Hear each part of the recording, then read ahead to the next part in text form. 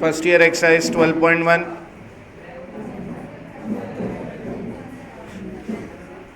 बेटा ये पीछे जो बैठ रहे आगे आ जाओ जल्दी से, ये 3 सीटें क्यों खाली हैं? आ जाओ इर्तिजा, जल्दी से आ जाओ। फुरकान तुम भी आ जाओ।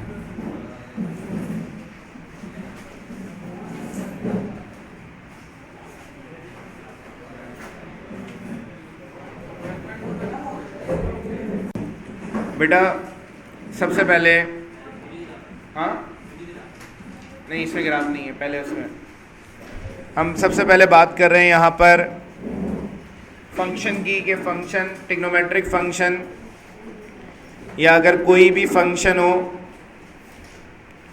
चैप्टर 8 में भी हम ये बात पढ़ चुके हैं कि फंक्शन के अंदर अगर कोई वैल्यू हम रखते हैं, मतलब फंक्शन का जो इनपुट होता है उसको डोमेन ऑफ अ फंक्शन कहा जाता है, और जो फंक्शन का आउटपुट आता है उसको हम रेंज ऑफ अ फंक्शन कहते हैं। हमें यहाँ ट्रिग्नोमेट्रिक फंक्शन की डोमेन और रेंज को समझना है। बेटा इर्तिजा सीधे हो जाओ, बैग लेकर आओ इधर, उठा के दो बैग, जल्दी जल्दी, आपने रखा है ना, उठा के दो बैग, इसका बैग जो है वापस कर दो जल्दी से।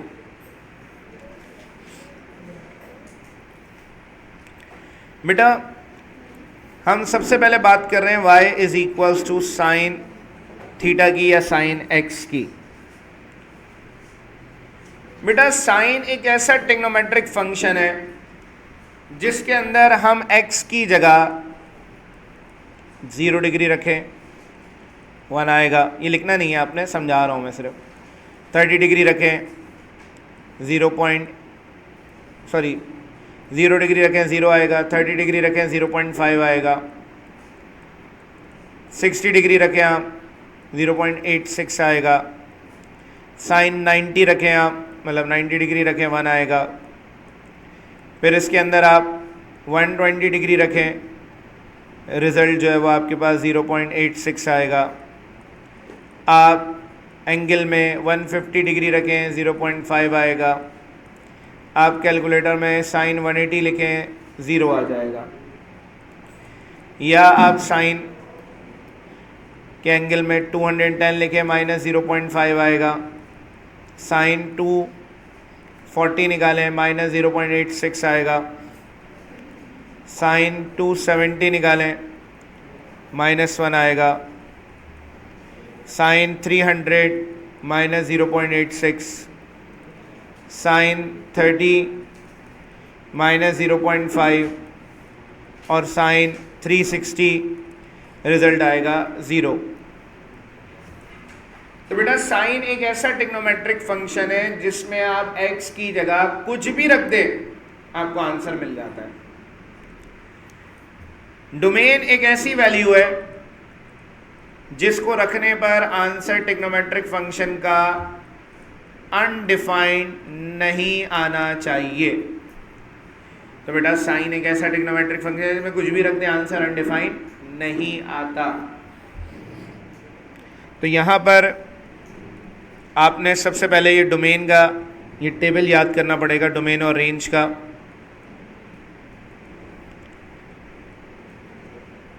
मैं यहां पर बात कर रहा हूं y is equals to sine x की।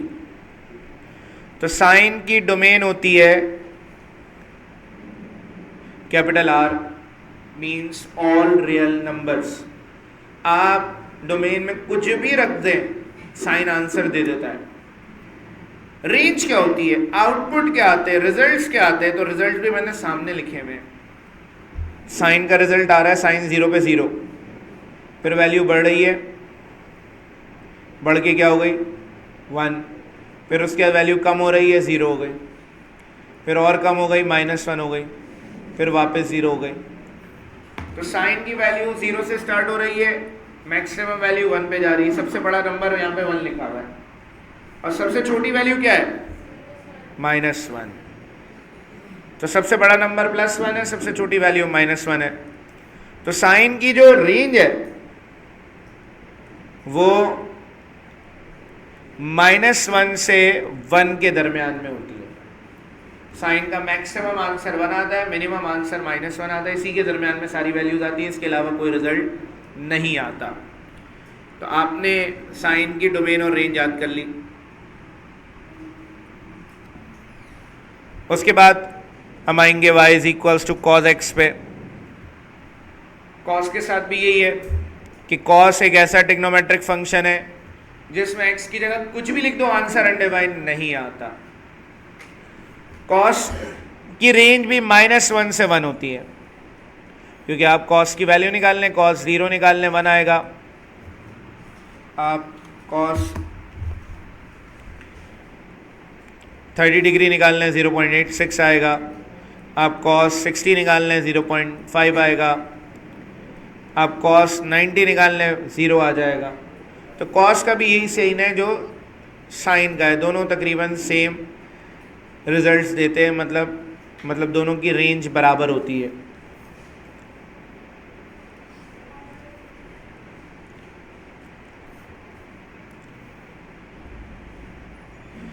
अब इसके बाद हम जाते हैं y is equals to 10x पर। 10 पर जाने में एक मसला है। 10 की वैल्यूज अगर हम निकालें कैलकुलेटर में तो 10 0 आता है 0 के बराबर, 10 30 आता है 0.57, 10 45 आता है 1, 10 60 आता है 1.73 और 10 90 आ जाता है इन्फिनिटी, अनडिफाइन आ जाता है। 10 120 निकाले -1.73, 10 135 निकालें -1, 10 150 आप कैलकुलेटर से निकालें आएगा -0.57। अब कैलकुलेटर में निकालें 10 180, कैलकुलेटर में आ जाएगा 0। आप 10 210 निकालें, रिजल्ट आएगा 0.57। आप 10 225 निकालें 1 आएगा। आप 10 240 निकालें 1.73। आप 10 270 निकालेंगे तो रिजल्ट आ जाएगा इन्फिनिटी। 10 300 निकालें आप, रिजल्ट आएगा -1.73। 10 315 आप निकालेंगे -1। 10 330 आप निकालेंगे -0.57 और 10 360 आप निकालेंगे तो रिजल्ट आ जाएगा 0। तो बेटा 10 एक ऐसा ट्रिग्नोमेट्रिक फंक्शन है जो कि कुछ एंगल्स पर अपना आंसर इन्फिनिटी देता है। आपके सामने 90 पर दे रहा है और 270 पर दे रहा है अभी बजाय। बेटा आप 10 90 निकालें, 10 270 निकालें, आप 10 450 निकालें, आप 10 की और वैल्यूज पे अगर जाए कैलकुलेटर है तो देना।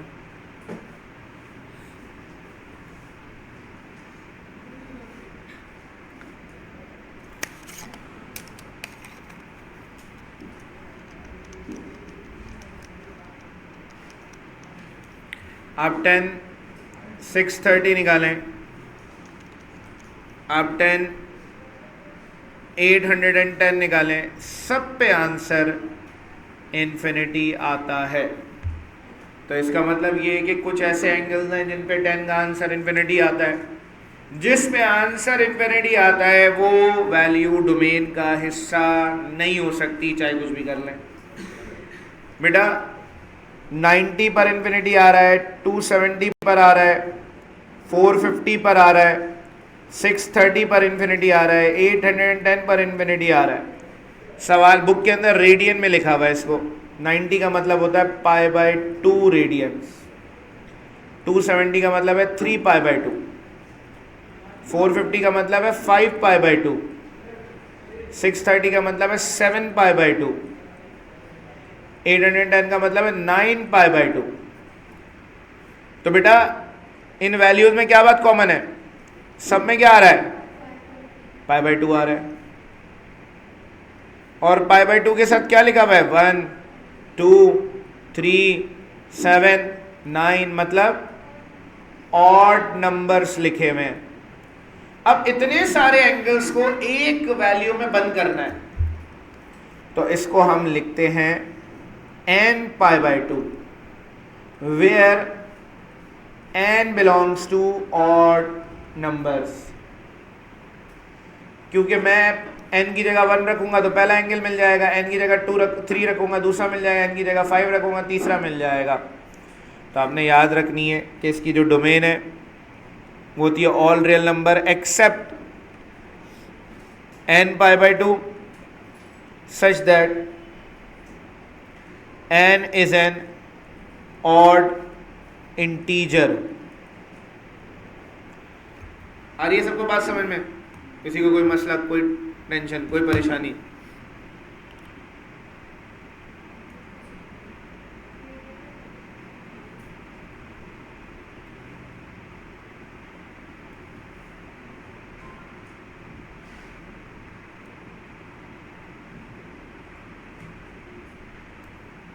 टेन की रेंज क्या होती है?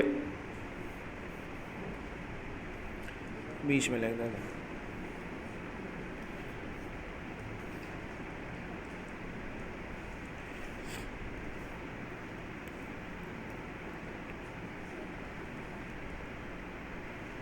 बेटा आपके सामने 10 की रेंज मतलब 10 के आंसर्स क्या लिखे हुए हैं?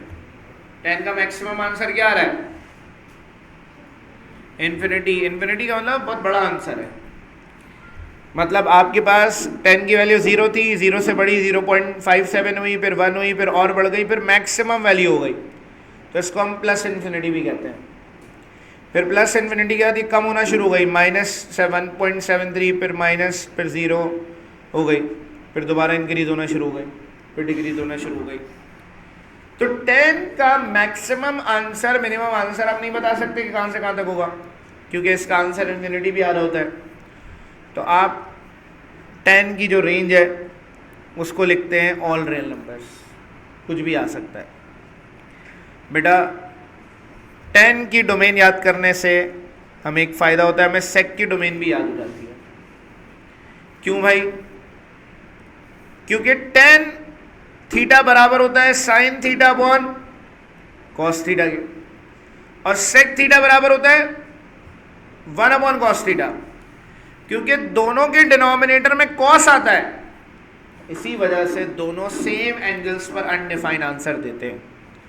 तो जो 10 की डोमेन है वही डोमेन सेक की भी है, n pi by 2, n is an odd integer, लेकिन रेंज डिफरेंट है सेक की, ये याद करनी पड़ेगी आपको। ऑल रियल नंबर्स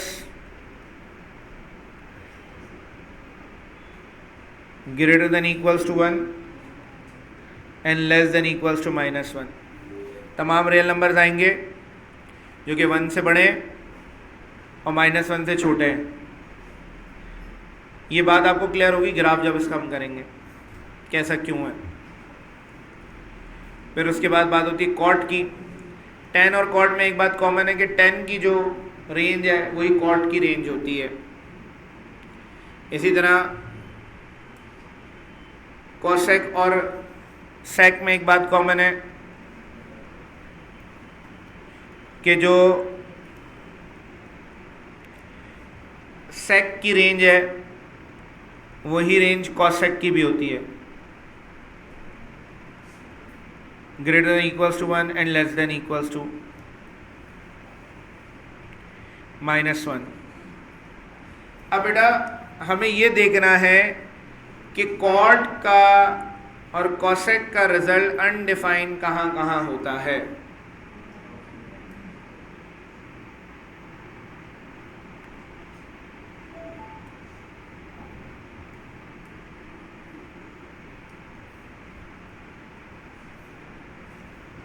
बेटा कॉट 0, क्योंकि कॉट कॉस अपॉन साइन होता है, तो तो कॉस 0 1 होता है, साइन 0 0 हो जाता है, ये अनडिफाइंड रिजल्ट हो जाता है, इसको हम इन्फिनिटी भी कह देते हैं, या इसको अनडिफाइंड रिजल्ट भी कह सकते हैं। इसी तरह कॉट 90 अगर मैं निकालूं तो कॉस 90 अपॉन साइन 90 आता है, कॉस 90 0 साइन 91 तो 0 ही आता है, मतलब डिफाइंड रिजल्ट है। कॉट 180 निकालूं तो कॉस 180 अपॉन साइन 180, कॉस 180 -1 है, साइन 180 0 है, ये भी आंसर अनडिफाइंड आ गया। इसी तरह कॉट 270 पर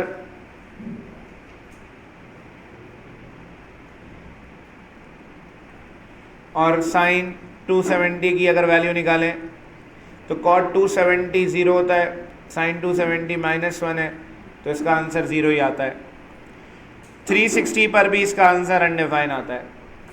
तो अगर आप देखें कॉट के आंसर्स को, तो कॉट का आंसर अनडिफाइन कहाँ आ रहा है, 0 पे आ रहा है, 180 पर आ रहा है, 360 पर आ रहा है, और भी बहुत सारे एंगल्स होंगे।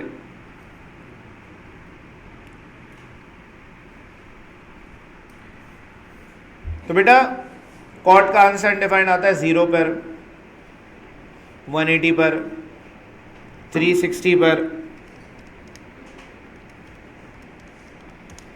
540 पर, फिर उसके बाद 720 पर, और भी बहुत सारे एंगल्स मौजूद हैं। बेटा इनको रेडियन में अगर लिखे, 0 तो 0 ही होता है, 180 कितना होता है, पाई, 360 क्या होता है, 2 पाई, 540 3 पाई,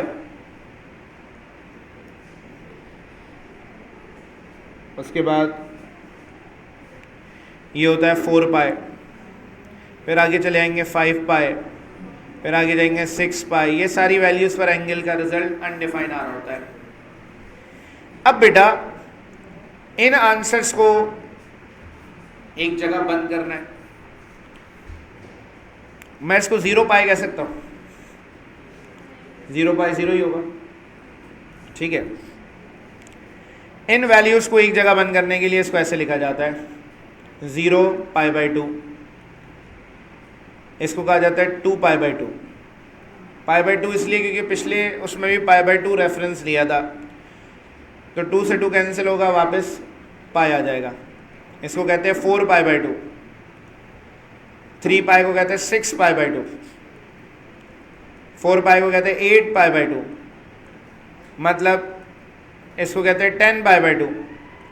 तो π/2 की फॉर्म में लिखा जा रहा है, लेकिन π/2 के साथ क्या नंबर आ रहा है, कौन से नंबर्स आ रहे हैं, इवन नंबर्स आ रहे हैं, ये सारे इवन नंबर्स हैं। तो इन वैल्यूज को हम लिखते हैं कि ये भी n π/2 है, लेकिन n is N even integer, ताकि आपको आसानी रहे याद करने में, इसीलिए π/2 से लिखा जाता है n π/2 such that n is an even integer। अच्छा, कॉट और कॉसेक की डोमेन सेम होती है कि कॉट में भी नीचे कॉस आता है, सॉरी साइन आता है, कॉसेक भी बराबर होता है 1/sin के। तो दोनों में क्योंकि नीचे साइन सेम आता है, तो इसीलिए दोनों की डोमेन सेम होती है।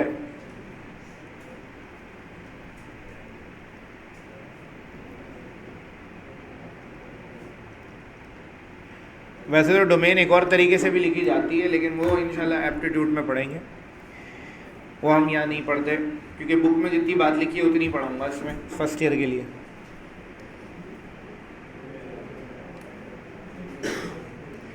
बेटा ये टेबल आपने याद करना है, ये याद होगा तो अभी हम सवालात करेंगे, वो सवाल सॉल्व होंगे आपसे। ये बना लें अपने पास टेबल।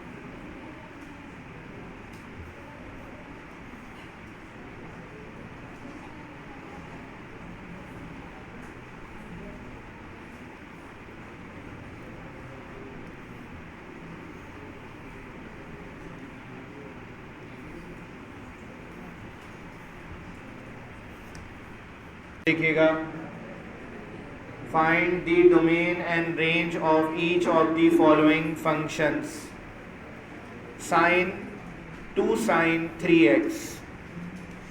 बेटा साइन का एंगल कुछ भी आ जाए, साइन 2x लिखाओ, साइन x लिखाओ, साइन x अपॉन 2 लिखाओ, साइन 5x अपॉन 2 लिखाओ, डोमेन और रेंज पर कोई इफेक्ट नहीं आता, सेम रहती है। डोमेन ऑल रियल नंबर्स रहती है, रेंज जो है वो -1 से 1 के दरमियान ही रहती है। तो एंगल कुछ भी आ जाए, डोमेन रेंज पर कोई फर्क नहीं पड़ता, जो सेम है वही याद रखनी है आपने। यहाँ पर आपने सबसे पहला काम करना है, since given function is defined for all real numbers, तमाम रियल नंबर्स के लिए डिफाइन है, क्योंकि साइन के में x की जगह कुछ भी रख दें, आने वाला आंसर डिफाइन रहता है, अनडिफाइंड रिजल्ट नहीं आता। तो therefore domain of 2 sin 3x should be all real numbers, same रहेगी, रियल नंबर्स रहेगी। और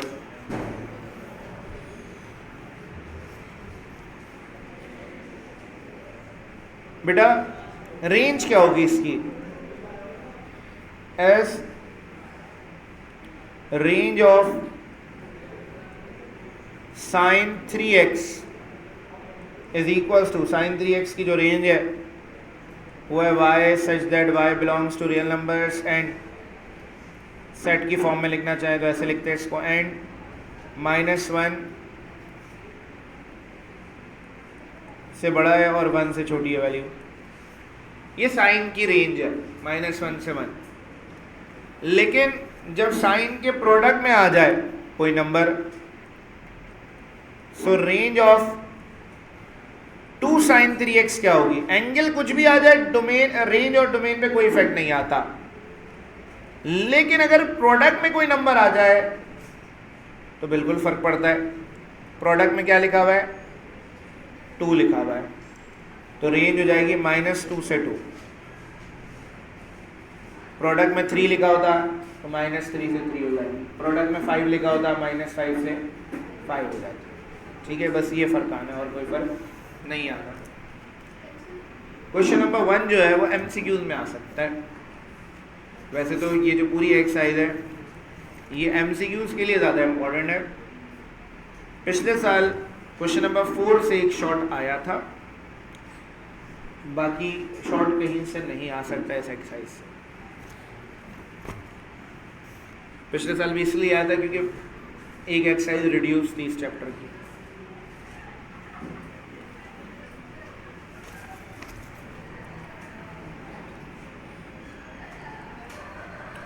एक सवाल तो मैंने तमीज़ से बता दिया आपको, बाकी आप डायरेक्ट भी कर लें तो कोई मसला नहीं है। Domain of 5 cos 4x all real numbers है, range of 5 cos 4x, cos की रेंज भी -1 से 1 होती है, क्योंकि यहां प्रोडक्ट में 5 लिखा हुआ है, तो फिर ये -5 से 5 हो जाएगी। ये आंसर आ गया बेटा। इसका पार्ट 3 देखेंगे। पार्ट 3 में कह रहे हैं 8 10 2x की डोमेन निकालनी है। इसकी जुगाड़ भी बताऊंगा MCQ में, कैसे देख के डायरेक्ट आप बता सकते हैं। बुक का तरीका भी पहले बता रहा हूँ।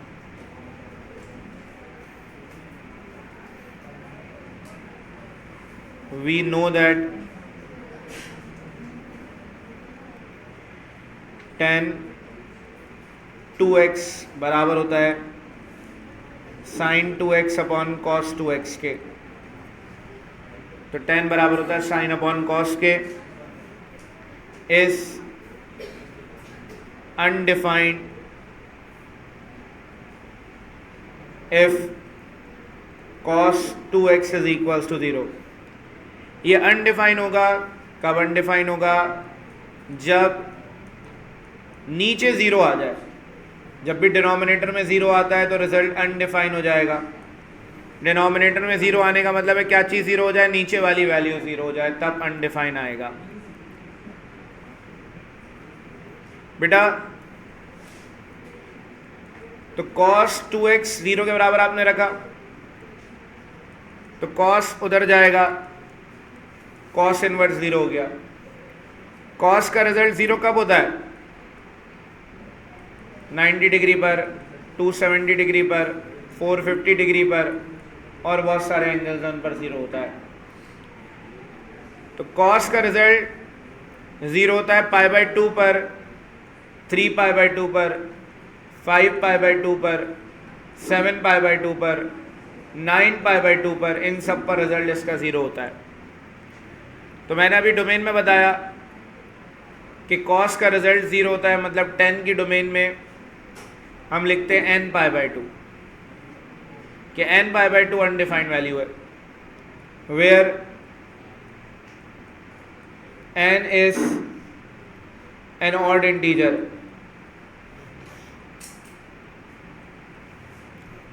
ये 2 यहाँ मल्टीप्लाई हो रहा है, वहाँ जाकर डिवाइड हो जाएगा, तो ये n पाई बाय 4 हो गया। सो डोमेन ऑफ 8 10 2x बराबर होगी all real numbers accept n pi by 4, n is an odd integer। Range क्या होगी बेटा? 10 में कुछ भी आ जाए, एंगल भी आ जाए, कोई नंबर प्रोडक्ट में भी आ जाए, कुछ भी आ जाए, 10 की रेंज हमेशा ऑल रियल नंबर्स ही रहती है। ये तो बेटा प्रॉपर एक तरीका हो गया बुक वाला। अगर एमसीक्यू में सवाल आता है तो क्या जुगाड़ है भाई? एमसीक्यू में आपके पास लिखा हुआ है 8 10 2x की डोमेन और रेंज बतानी है, तो 10 की डोमेन याद होनी चाहिए आपको। 10 की डोमेन होती है n pi by 2 for all n is an odd integer, और 10 की रेंज होती है ऑल रियल नंबर्स। आपने कर रहा क्या है? अगर 10 का एंगल तब्दील हो रहा है तो जो नंबर यहां लिखा हुआ है, यहां 2x लिखा हुआ है, 2 लिखा हुआ है, तो नीचे 2 मल्टीप्लाई हो जाएगा। यहां 3 लिखा होगा, नीचे 3 मल्टीप्लाई हो जाएगा। यहां 4 लिखा होगा, नीचे 4 मल्टीप्लाई हो जाएगा। तो डायरेक्ट आपके पास डोमेन आ गई इसकी, आपने कोई लंबी नहीं करी। n pi by 4, n is an odd integer. Range इसकी वही रहेगी ऑल रियल नंबर्स। इसी तरह क्वेश्चन नंबर 1 का पार्ट 8 है, 10x अपॉन 7 लिखा हुआ है। डायरेक्ट बता रहा हूँ इसकी डोमेन रेंज। 10 की डोमेन होती है all real numbers accept n pi by 2 such that n is an odd integer. अब एंगल में क्या लिखा हुआ है? x के साथ क्या लिखा हुआ है? 1/7 लिखा हुआ है।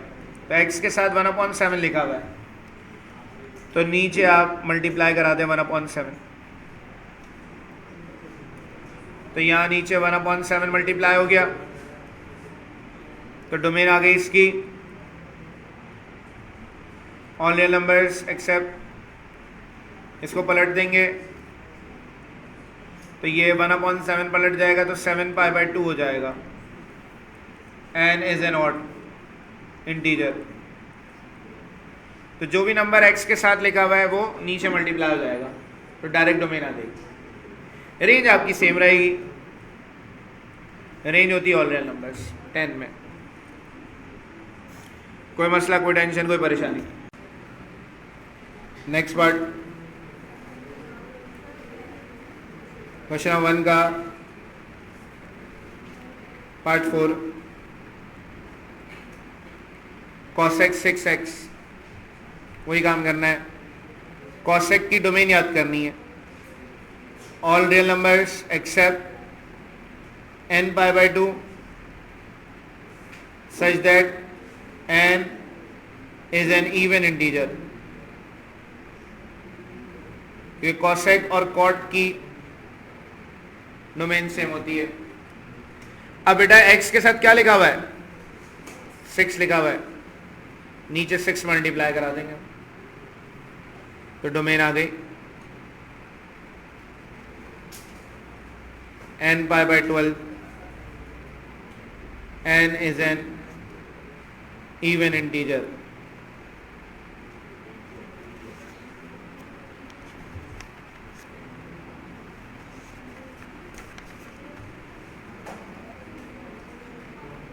यहां पर रेंज क्या होगी? रेंज आपने याद रखनी है,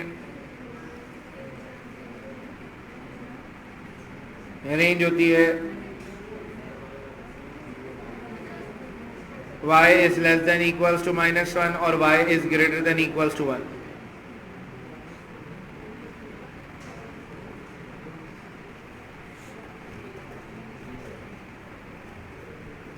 पार्ट 5 आ जाए।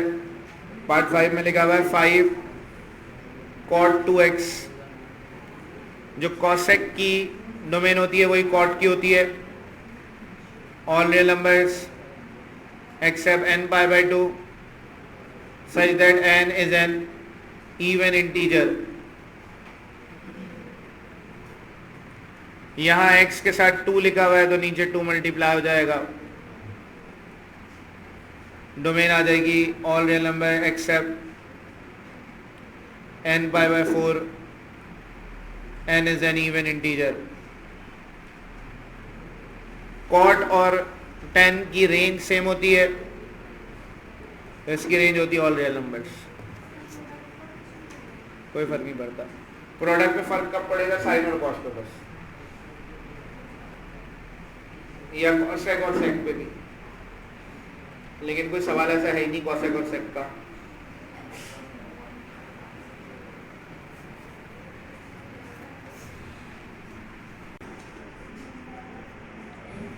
Decide whether each of the following functions is even, odd or neither। even function, odd function मालूम करना है। even function, odd function नाम से पता चल रहा है। even नंबर, odd नंबर तो आपको पता ही है कि जब पावर 2 हो, 4 हो, 6 हो, इवन नंबर में पावर हो तब भी फंक्शन इवन होता है। लेकिन पावर कुछ अजीबोगरीब आ जाए या कोई अलग फंक्शन आ जाए, कोई टेक्नोमेट्रिक फंक्शन आ जाए, तो फिर आप डायरेक्ट नहीं बता सकते पावर को देख करके ये इवन है या ऑड फंक्शन है। तो उसके लिए आप एक काम करते हैं। क्या काम करते हैं भाई? क्या आपके पास जो सवाल में फंक्शन गिवन है आप वो लिखते हैं। आपने f(x) लिख दिया, बराबर है x की पावर 4 + 5 के। यहां हम x की जगह -x रखेंगे,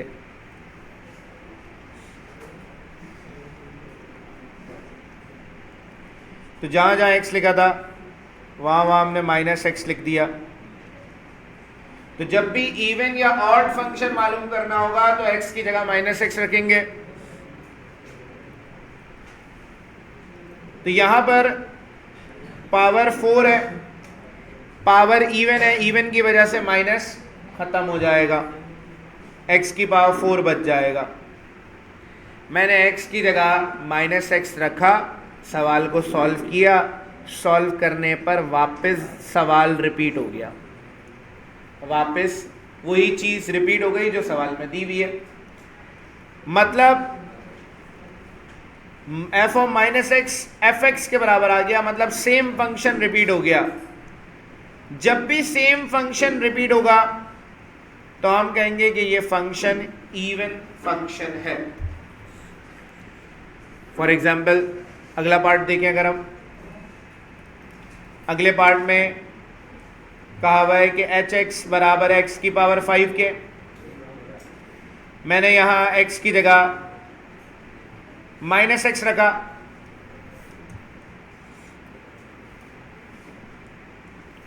तो मेरे पास h माइनस एक्स की पावर 5 आ गया।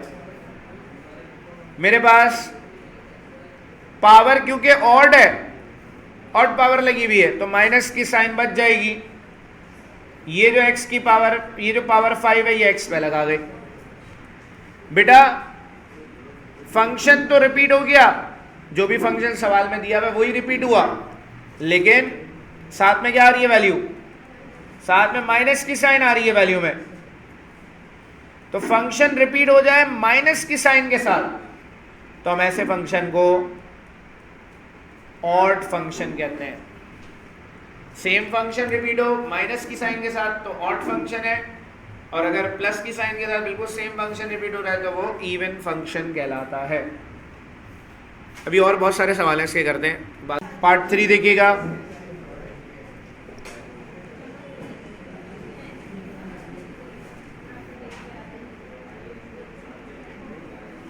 एक्स की जगह माइनस एक्स रखेंगे, यहां भी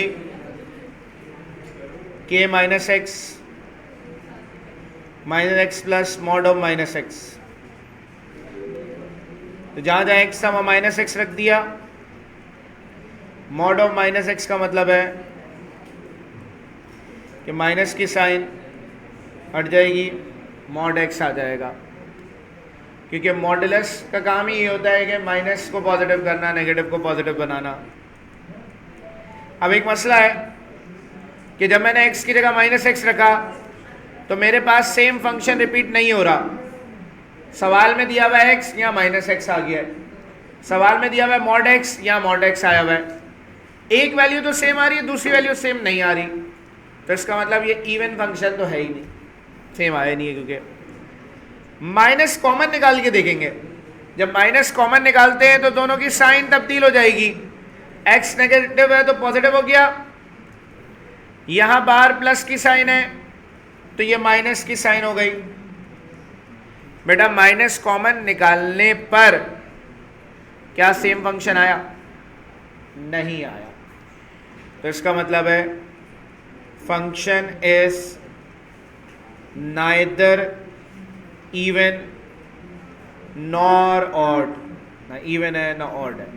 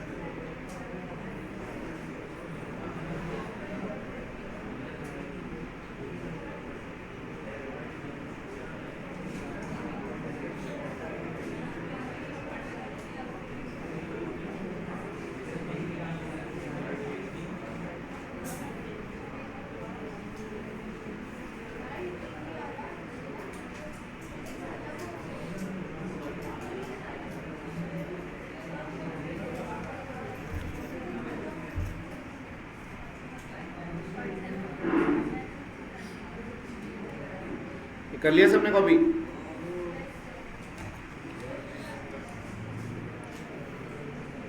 एक्सरसाइज 12.1 का क्वेश्चन नंबर 2 भी यही है। फंक्शन गिवन है, पूछ रहे हैं कि इवन है, ऑड है या दोनों में से कोई भी नहीं है। साइन एक्स कॉज एक्स दिया हुआ है। जब भी इवन ऑड फंक्शन पूछे तो एक्स की जगह आपने माइनस एक्स रखना है।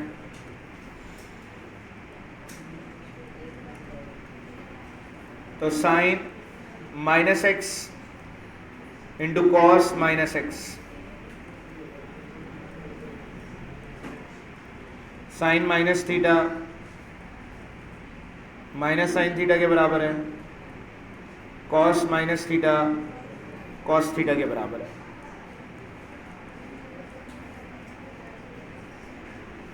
क्योंकि साइन का एंगल नेगेटिव है तो माइनस की साइन बाहर आ जाएगी, साइन एक्स हो जाएगा माइनस का। कॉस का एंगल नेगेटिव हो तो कॉस पर कोई इफेक्ट नहीं आता, कॉस एक्स ही रहता है। तो ये रिजल्ट हो जाएगा माइनस का साइन एक्स कॉस एक्स। मतलब sine x cos x repeat हो रहा है लेकिन साथ में माइनस की साइन है।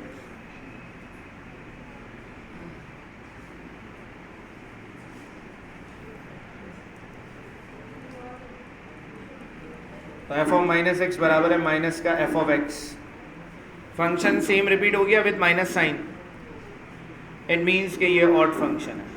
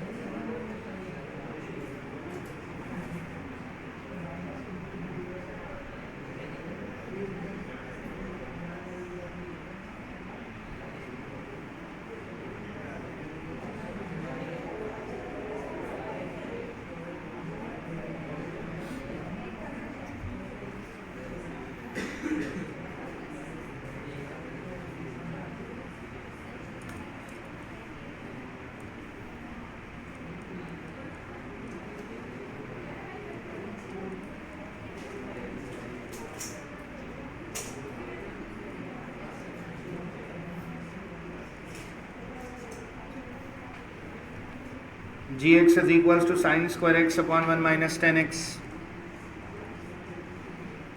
यहाँ भी x की जगह minus X, so we get g minus X. बेटा साइन पे स्क्वायर लगा हुआ है तो इसको हम होल स्क्वायर भी लिख सकते हैं। 1 माइनस 1 प्लस 10x की जगह माइनस एक्स आ गया। बेटा sine minus x minus sine x के बराबर है 10 माइनस एक्स माइनस 10x के बराबर होता है।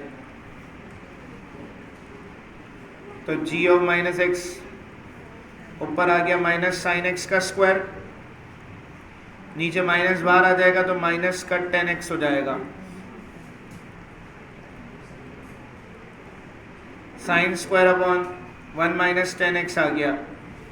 सेम फंक्शन रिपीट नहीं हो रहा, साइन का एक मसला है, कॉमन भी निकाल लें तब भी ये मसला हल नहीं होगा। तो neither even nor odd.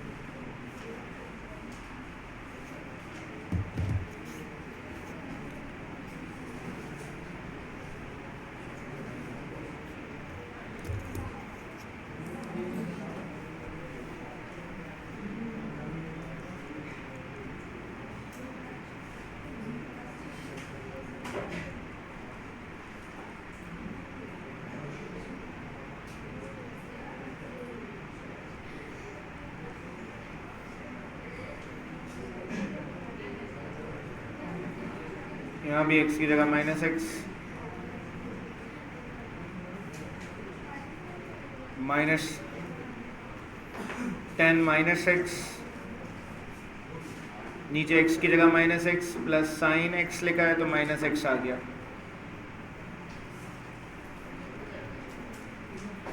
Ten का एंगल नेगेटिव हो तो माइनस की साइन बाहर आ जाती है, साइन से भी माइनस की साइन बाहर आ जाती है। अगर हम नीचे से माइनस कॉमन निकाल लें तो x प्लस साइन एक्स आ गया, माइनस से माइनस कैंसिल हो गया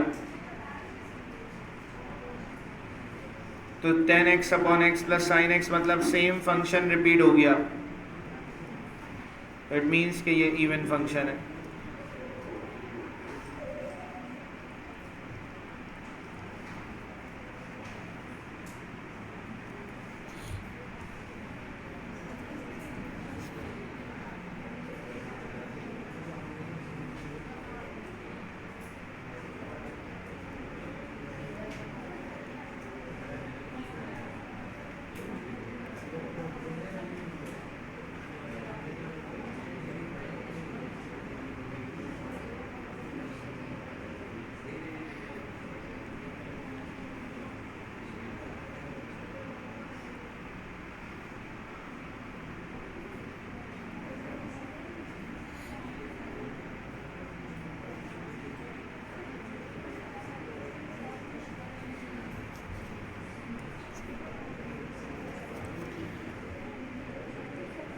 पार्ट 4 है के एक्स क्यूब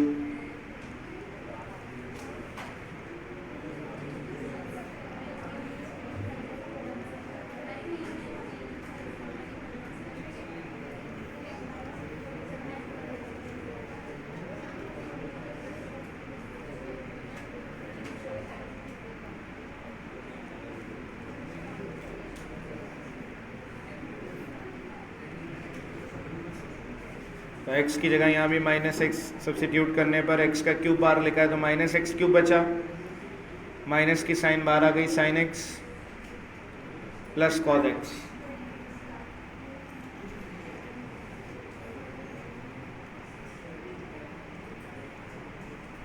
बट इस ब्रैकेट से अगर माइनस कॉमन भी निकालते हैं तो sine X minus cos X हो जाएगा ये, जिसकी वजह से बाहर तो minus minus plus X cube आ जाएगा, लेकिन साइन एक्स और कॉस एक्स की साइन चेंज आ जाएगी बीच वाली है, तो ये भी neither even nor odd function है।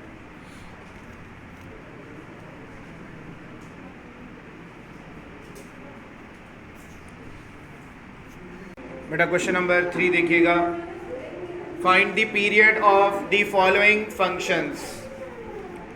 मैंने आपको बताया था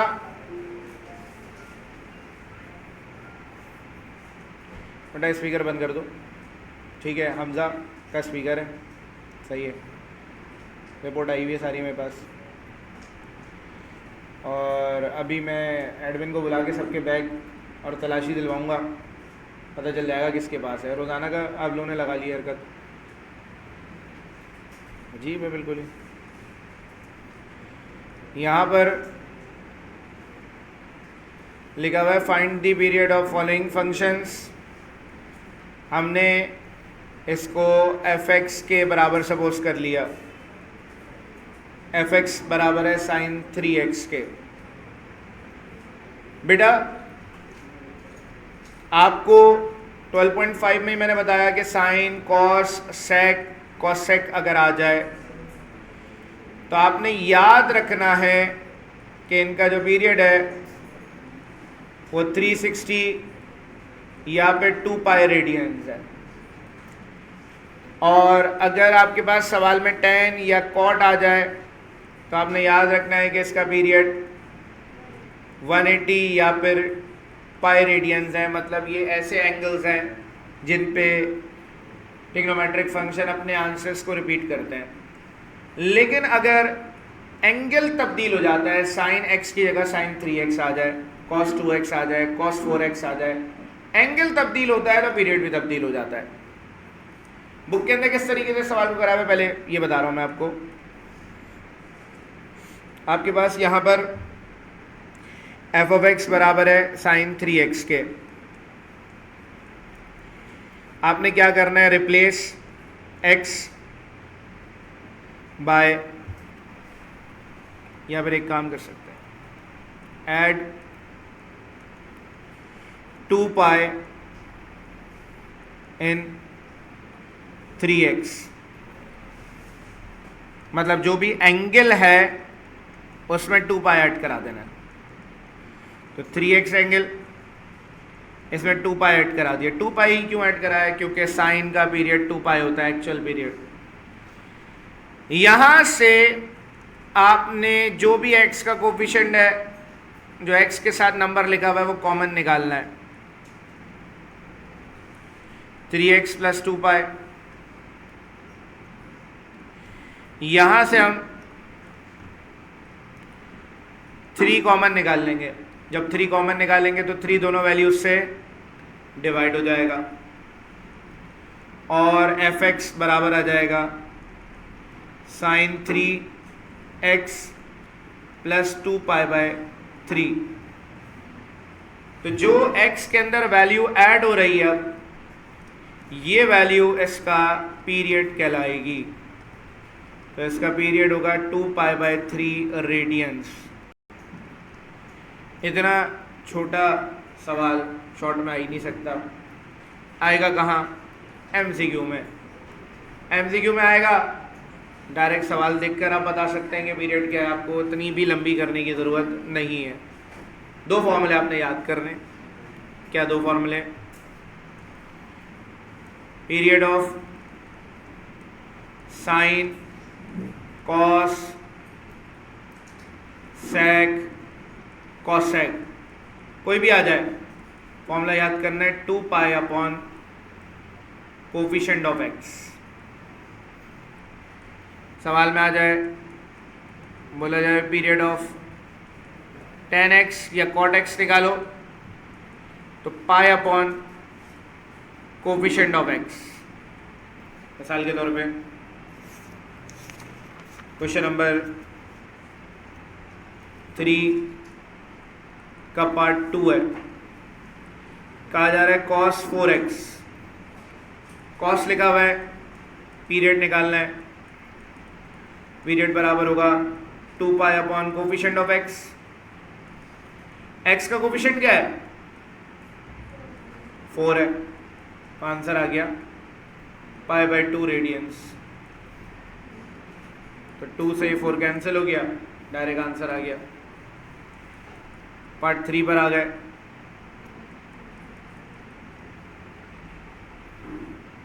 टेन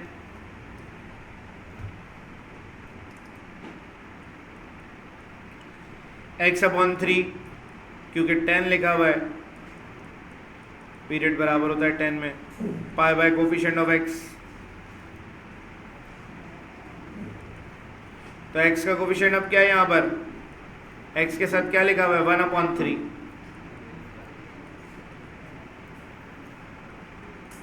तो 3 पाई आ गया। फिर उसके बाद पार्ट 4 लिखा हुआ है सेक एक्स अपॉन 5। सेक लिखा हुआ है, पीरियड होगा 2 pi upon coefficient of x। तो ये आ जाएगा 2 पाई अपॉन 1/5, तो 10 पाई आ गया।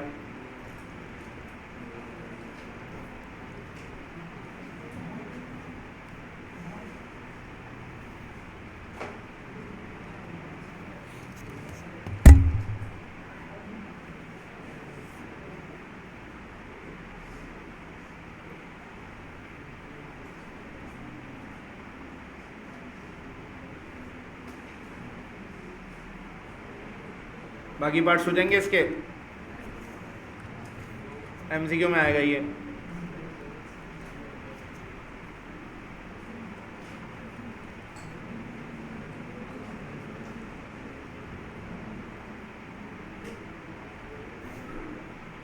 Find the maximum and minimum values of each of the following functions. ये दो फॉर्मूले आपने याद करने हैं इस सवाल के लिए कि maximum value of a plus B sine theta और a plus B cos theta बराबर होता है a plus mod of b के। मिनिमम वैल्यू जो है वो बराबर है a minus mod of b के। ट्रिग्नोमेट्रिक फंक्शन इस फॉर्म में अगर आ जाए तो उसकी मैक्सिमम मिनिमम वैल्यू ऐसे निकलती है। हमने करना क्या है भाई, हेयर जो पहला नंबर है वो a, जो दूसरा नंबर है वो b है, जो भी लिखा हुआ है b3 है। आपने मैक्सिमम वैल्यू ऑफ y का फॉर्मूला लगाना है a plus mod of b। आपने a की जगह 4 रख दिया, b की जगह 3 रख दिया। मॉड का काम होता है नेगेटिव को पॉजिटिव बनाना, 3 ऑलरेडी पॉजिटिव है तो 4 प्लस 3 तो 7 आ गया। Minimum value of y a minus mod of b, a की जगह 4 b की जगह 3 आ गया, 4 माइनस 3 तो 1 आ गया, आंसर आ गया।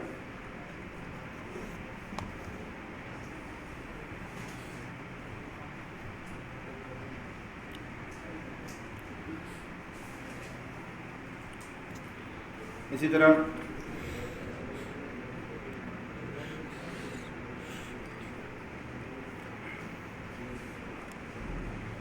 क्वेश्चन नंबर 4 का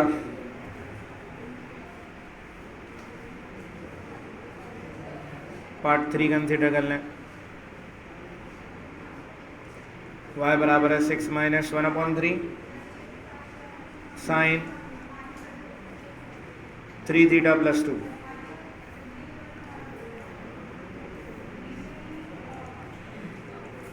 y बराबर है 6 प्लस, बीच में प्लस की साइन होनी चाहिए, माइनस को ब्रैकेट में लिख दिया। यहाँ पहली वैल्यू a है, दूसरी वैल्यू b है जो साइन का कोफिशिएंट है। सिंपल काम करना है। मैक्सिमम वैल्यू ऑफ y बराबर है a plus mod of b, 6 plus mod minus 1/3, mod के ऐसे माइनस खत्म हो जाएगा, 19/3 आ गया। Minimum value of y a minus mod of b,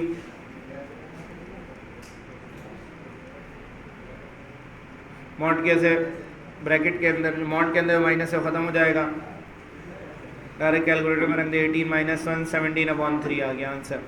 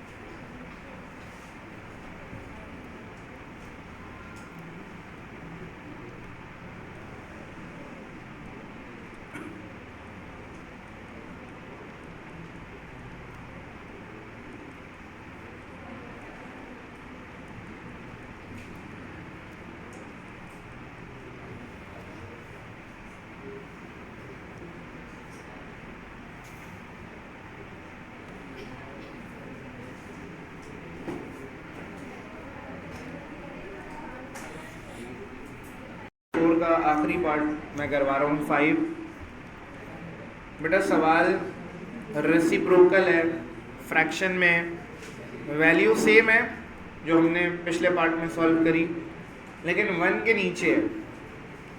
1 के नीचे आने की वजह से एक मसला आता है कि मैक्सिमम मिनिमम वैल्यू का फॉर्मूला थोड़ा सा तब्दील करना पड़ता है या तरीका तब्दील करना पड़ता है।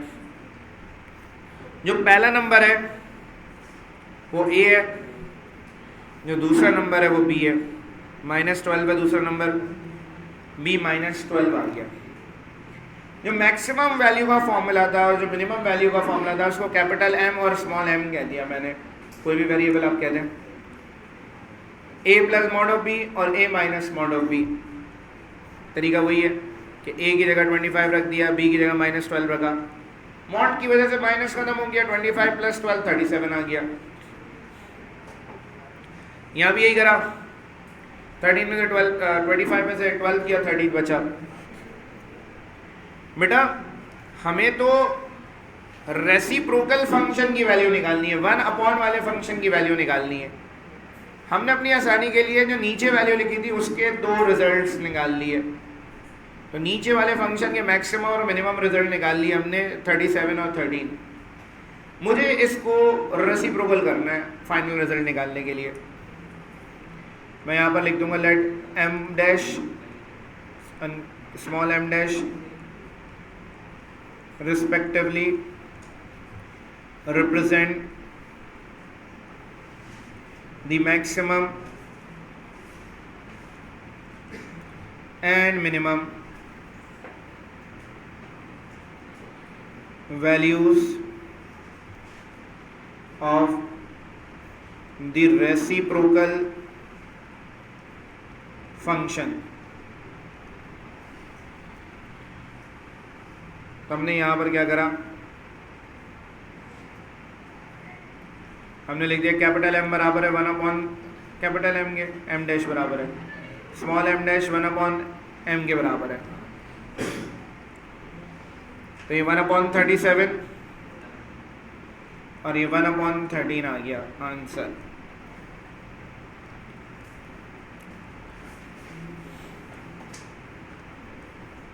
तो मैक्सिमम वैल्यू अब क्या होगी यहाँ पर